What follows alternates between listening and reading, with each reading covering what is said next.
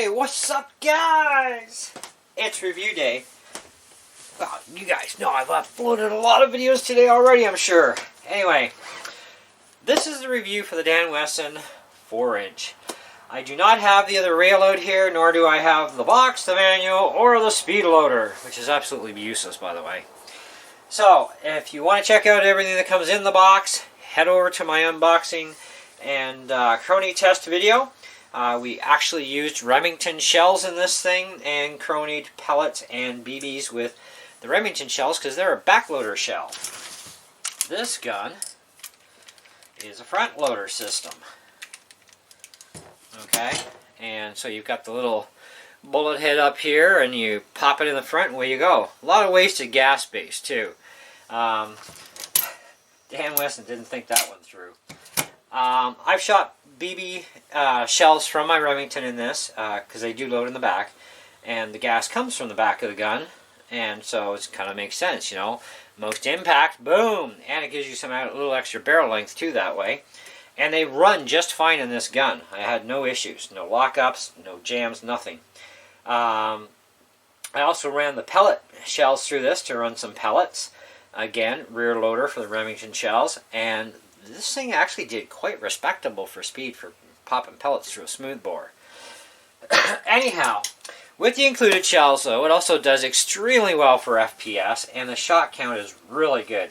You're going to easily get 50 to 60 shots out of this thing without a problem, okay?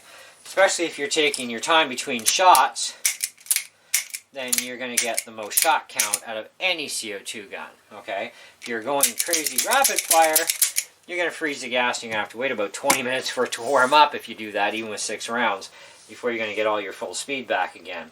But you're also just swimming through the gas when you're rapid firing. It's a lot easier to just go single action on guns. But hey, you got both ways, single or double, it's up to you. Anyhow, so it comes with a couple rails with Picatinny on the top side so that you can put optics on the top. You can put a flashlight or a laser down below. I've installed the bottom one. I actually did finally read the manual. Yeah, I like reading. I'm not. So, you pop the pin out here, undo the screw all the way, don't lose the spring underneath the rear sight.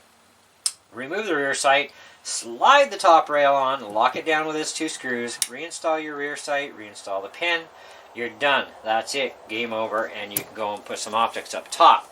I am considering actually putting a rail on this thing because I'm thinking red dot for the top, or a laser, I don't know, and maybe a little tiny tactical flashlight down below. I have no idea what I'm going to do with this gun. It is a fun gun. It is all metal too. The only plastic is the rubber tips on the shells and the hand grip. That's it.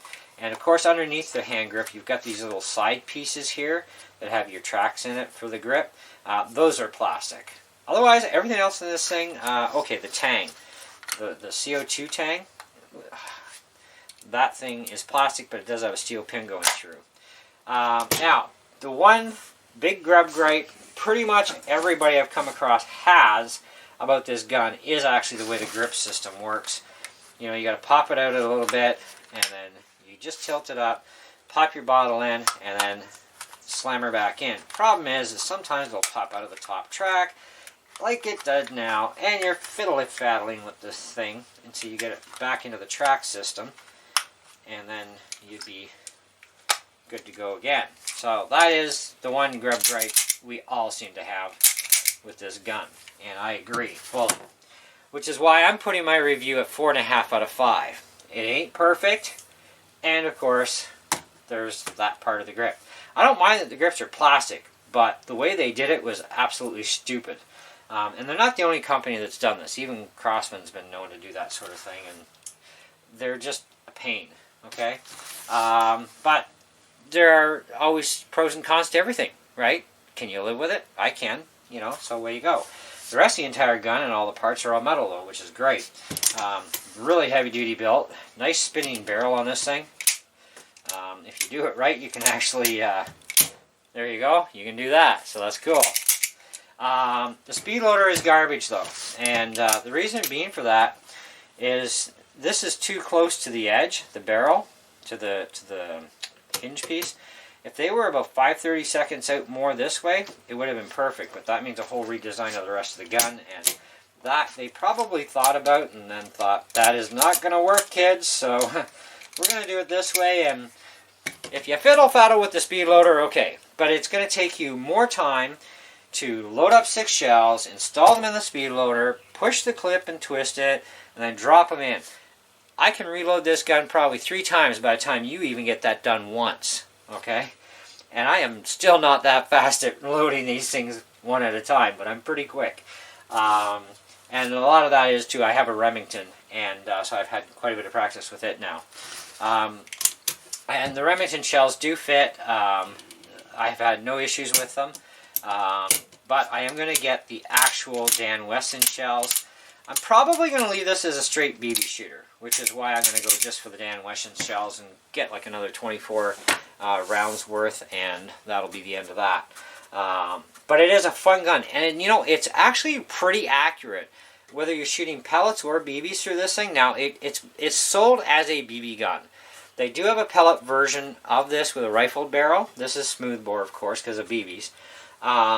But even shooting pellets through this or the BBs, it is actually really accurate once you get the sights lined up right. And I was freehand shooting this thing, okay? And I did a pretty good job once I realigned the sights. When I did the accuracy test for you guys, the first round, of course, I did it with the sights just out of the box. So everything's like dead center, bottomed out. So you raise the rear sight up a little bit because it was, you know, shooting a bit, I believe it was high. So I raised it up about 1/16 of an inch, moved the sight over to the left about, not quite 1/16. It didn't have to move that much.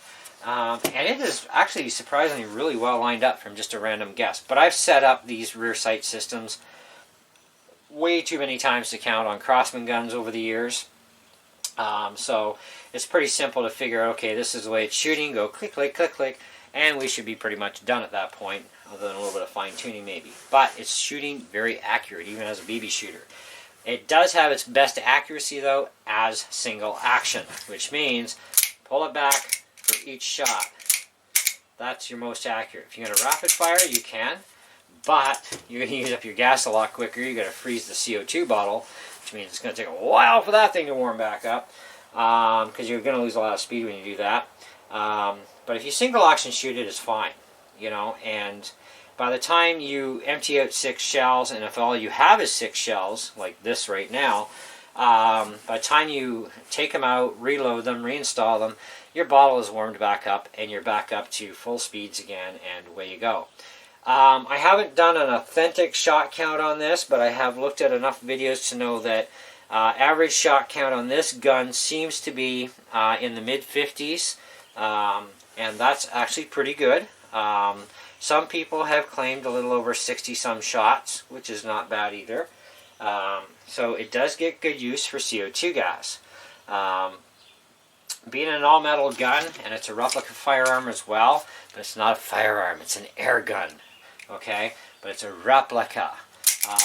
It's got some good weight to it, and just the build quality of this thing, fit, finish, everything, even for being made in Taiwan, I mean, it's amazingly done, okay? And this is the ASG model as well, so that's, I can't remember the full title of their name. It really doesn't matter, but look up ASG. It's like something, air gun shooting, I don't know. But it took me a long time to decide on buying this. I'm a very picky buyer sometimes when it comes to guns. Unless it's a gun I already know about, well, I'll just go buy it. But the Dan Wessons, I've been looking at them over the last few years, and I've taken a serious look at them since Ecotrex and North Bay started carrying these. And I hemmed them and hawed. I must have had this thing in and out of the box about a half a dozen times, probably drove the guy nuts. And I finally decided, all right, between that and enough research on YouTube, I'm going to give this gun a try. And I really like it. I really honestly do. This thing is a hoot. And I've seen the inside guts of this too, and how easy it is to get it apart. And, you know, everything's so easy to service in this gun. Even if you had to change the valve, it's an in and out job in like 10 minutes, you know, and it's all one module, which is nice. You just pull one screw and pull out your whole valve assembly, pop in a new one, and away you go. Too easy. Indexing prowl is, you know, easy swap over. If you have to replace that, changing the barrel is pretty easy. If you have to, actually it's not the barrel that you would have to change on this. It would actually be the spider shaft, or the spline on this thing. That sometimes can wear out or get a chip in it.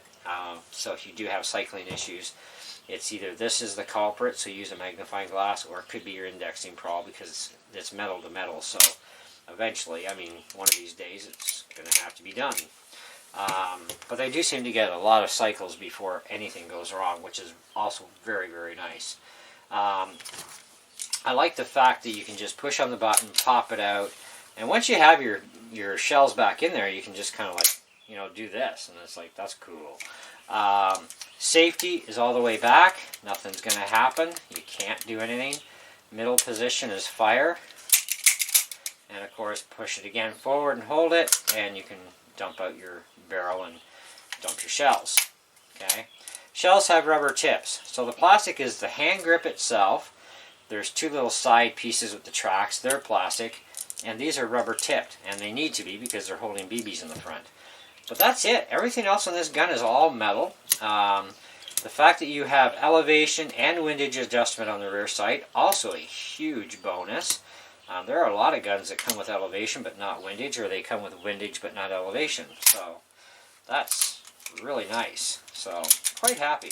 I like the amount of pressure that is used on the front barrel, because it's actually your barrel inlet here that's actually the pressure system for locking your cylinder in place for each shot, and it gets it dead on every time, which is actually really good. So that's cool. And it is cool little run Remington shells as well. The trigger is beautiful on it. As far as the pull, in single action, I'd say maybe 3-4 pounds. Double action, a little more, because more travel to deal with, but it does have a crisp let off too, which is really nice. If you're going to rapid fire though, you're going to be jiggle-jaggling the gun, so don't expect a lot of accuracy. Single action is definitely going to be your best accuracy. The rails, they're nice. I put the bottom one in, and I'm probably going to go with laser or flashlight for the bottom. Top one, I'll install that when I get to it. Probably going to go red dot with it. We'll see. I haven't quite decided, but I really love the gun. And for $167 before tax, with tax it was like $189. And this is Canadian, of course. Yeah, I think it's worth the money, you know. And so I have no problem putting it at a 4.5 out of 5.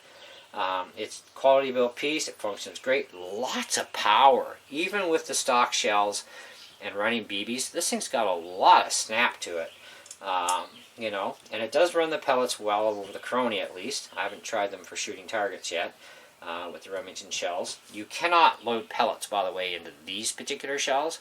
They are BB only shells. And they do have a pellet version of this gun too, by the way. So if you would rather just only shoot pellets but you want good accuracy, just buy the pellet version of this gun. I'm kind of debating if I'm going to buy it or not. It's going to require a lot of thought because there's a lot of other guns I want too, and I'm also looking at how much am I going to shoot it. Determines whether or not I'm going to spend the money, because it is $200 Canadian for the pellet version only of this gun. But I do have to buy extra shells for this one, so I'm going to get another 24 shells, and then I'll be good for years to come. And I'm also going to collect some spare parts, or spare parts ordered online, so if anything does happen, I'll have all the common parts that actually would be a problem down the road. I'll have those all ready so I can fix it on the fly. But that's what we have. So check out my unboxing and Crony tests. Check out my accuracy shooting video as well. And also, of course, you're on this video already, so this is my review. And I don't know what they sell for in the States. And to me, it doesn't matter because I live in Canada.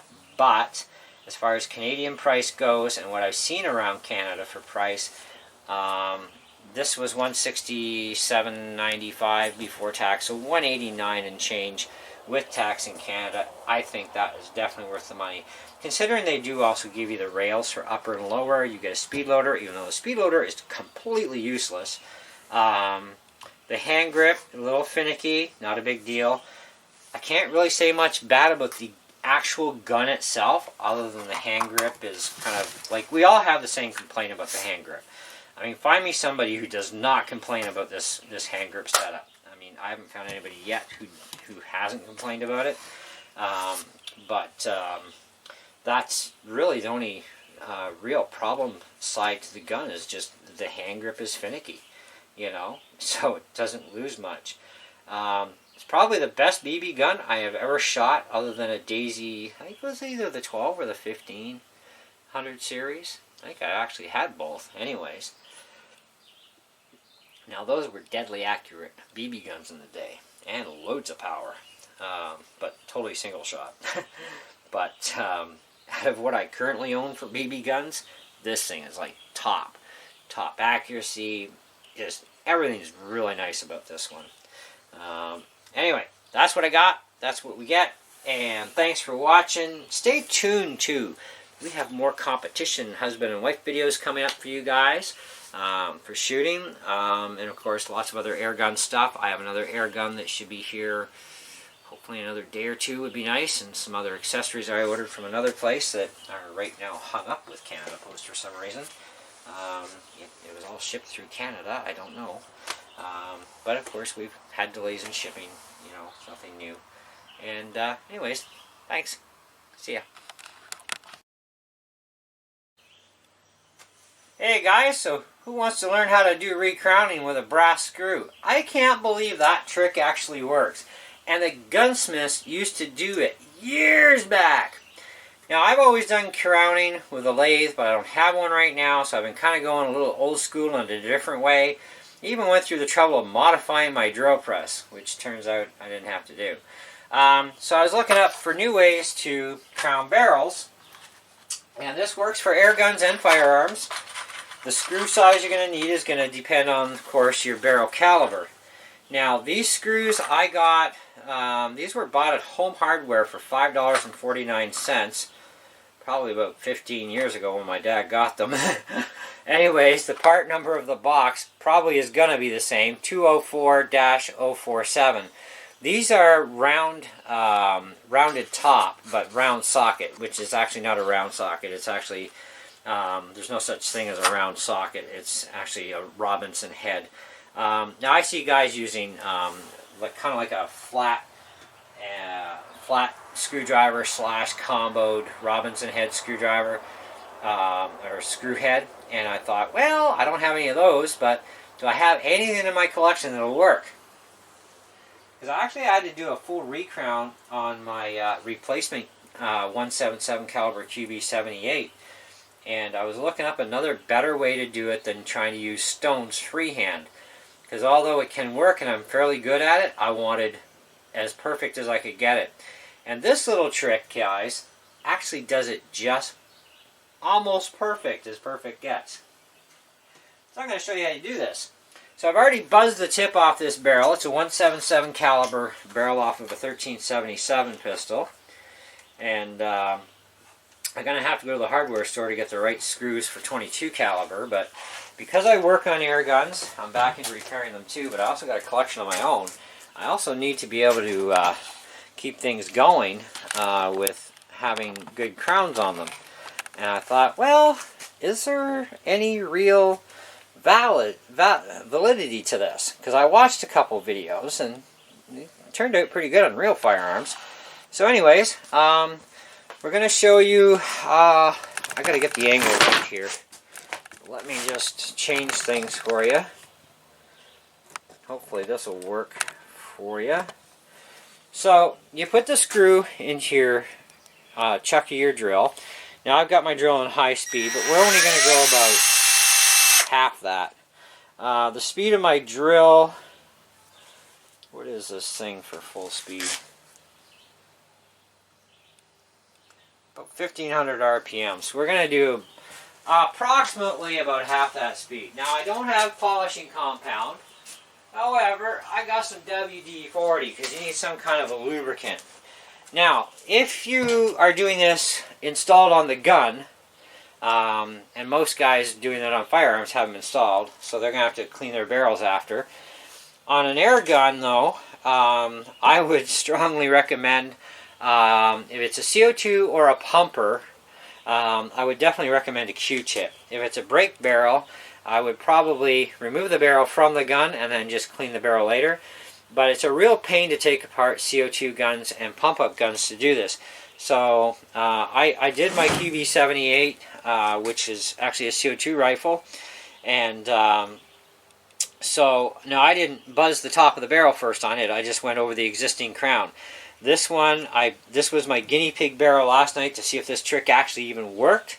So I re-buzzed the front off of it so that you can see it's got a really lousy crown. I mean, I wouldn't give you a nickel to shoot that thing. It wouldn't work. So we're going to spray a little bit of WD-40 on the top of the screw. Like I say, we have no polishing compound. And this screw is the perfect size. It is oversized enough, but it self-centers. And the idea behind this, you get your speed about here, and you just go around like this, putting just a little bit of pressure on the drill, not a lot. And it keeps it centered. It will not move you off center, which is kind of amazing. I've never done crowning like this before.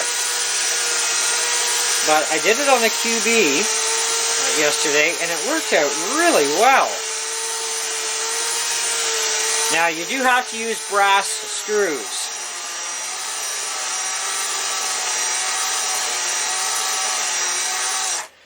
Okay, so take a look at that.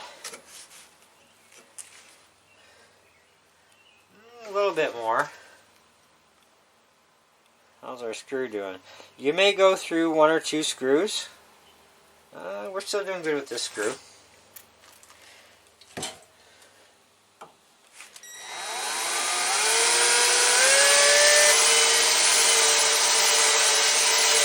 And you don't have to wiggle it a lot, just a bit.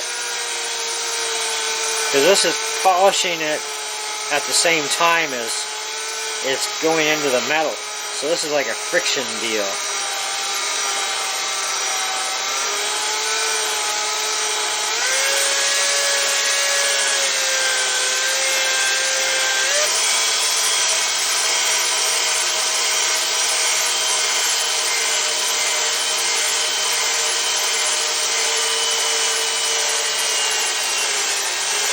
At least you can't mess anything up doing this, which is also nice. Kind of screw-up proof. Let me just take that over to the magnifying glass.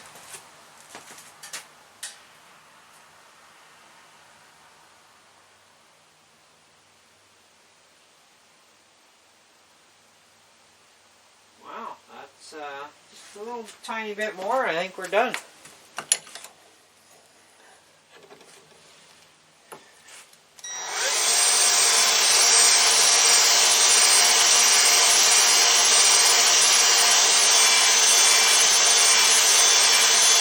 So for a couple pennies, you can do a whole lot of 177 caliber barrels. I mean, it's literally a couple of pennies per screw. So 100 screws in the box for $5.49, so, you know.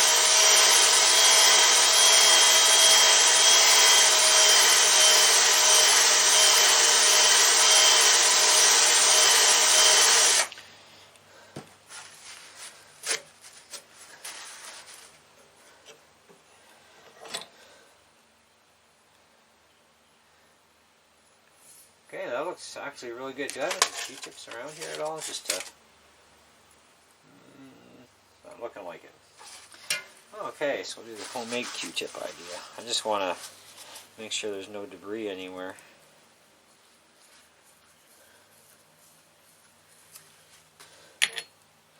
Alright, let me check this. Wow. Beautiful. I gotta show this to you guys. Alright. Let me just take you over here to the magnifying glass. Hopefully you'll be able to see this all right. Get some of the dust off this lens for you.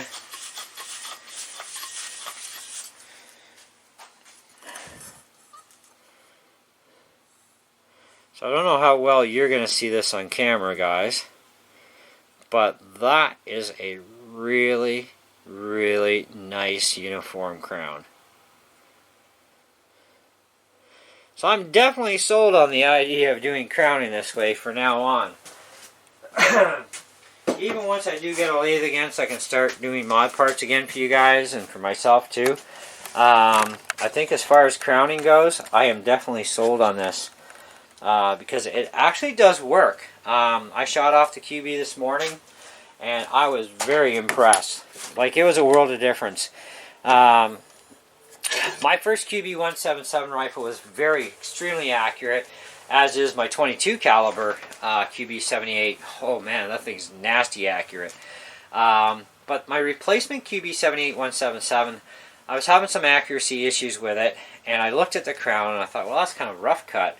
It's almost like somebody just like chopped it clean and that was it.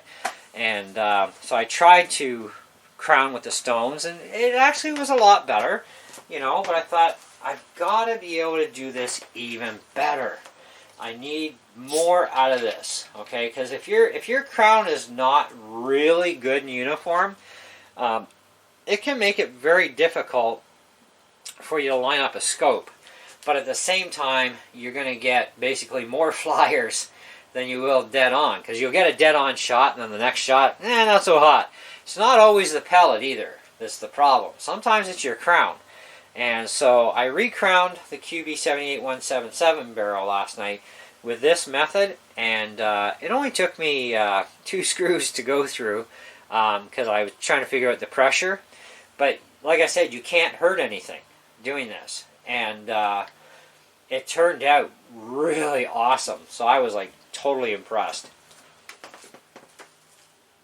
So, but apparently that's how gunsmiths used to do it way back.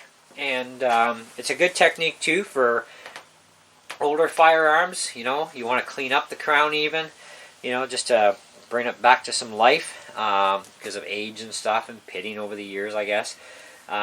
But even just having to do this, so if you do a barrel chop and recrown, this is a good way to do it. Because I was actually looking at professional tools.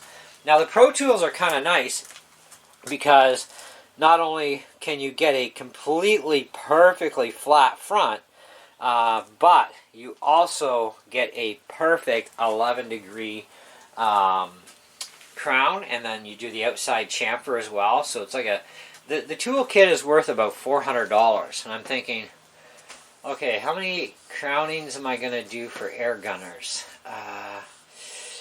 Not enough to justify that. There's got to be something that's cheaper, just as effective, and dealing with a present crown situation even. Or I can buzz it myself, because I've got my sander set up to do perfect 90 degree anyway. And there are little jigs you can do. A piece of hardened V-steel against here, and then you can use a file and completely flatten that out too. There's more than one way to get a completely flat surface, and then you just run the screw for the crown. If you want to do the outside chamfering, you could, or you could just clean up any edges with a file, no big deal. There's lots of ways to do stuff in this world, and this is just another one of them. And for like a couple of pennies for a screw, and that's the same screw we started with, and it still has plenty of life left in this screw. I could easily do another barrel with this. So really, you're talking about basically about 2.5 cents, and for a couple of minutes worth of work. And if you were charging for it, you can charge a good price for barrel recrowning for doing that. So I mean, hey, it's kind of up to you, but I like this idea, and it actually does work and is very effective. So anyhow, that's the story. That's what we got for you guys today. So guess what? I'll see you on the next video. Thanks for watching.